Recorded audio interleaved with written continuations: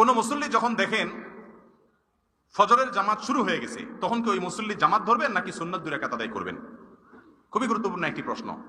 দেখুন ভাইরা আমার, ফজরের নামাজের যখন জামাত শুরু হয় তখন সুন্নত পড়বো না জামাতে শামিল হব, এ নিয়ে ইমামদের মধ্যে 2টা মত আছে। ইমামদের মত হলে ভালো করে কান খাড়া করে শুনবেন, আমার মতো আপনার মতো যদুমধুর মত না।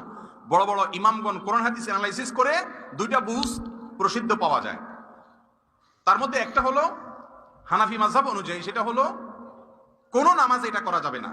সাধারণত একামত শুরু হলে আর কোনো নামাজের নিয়ত করা যাবে না, ডাইরেক্ট ওইটাতে নিয়ত করতে হবে। শুধু ফজরের নামাজের 2 রাকাত সুন্নতের গুরুত্ব এত বেশি যে এই বেশি গুরুত্ব হওয়ার কারণে ফজরটা এক্সেপশন, ভিন্ন।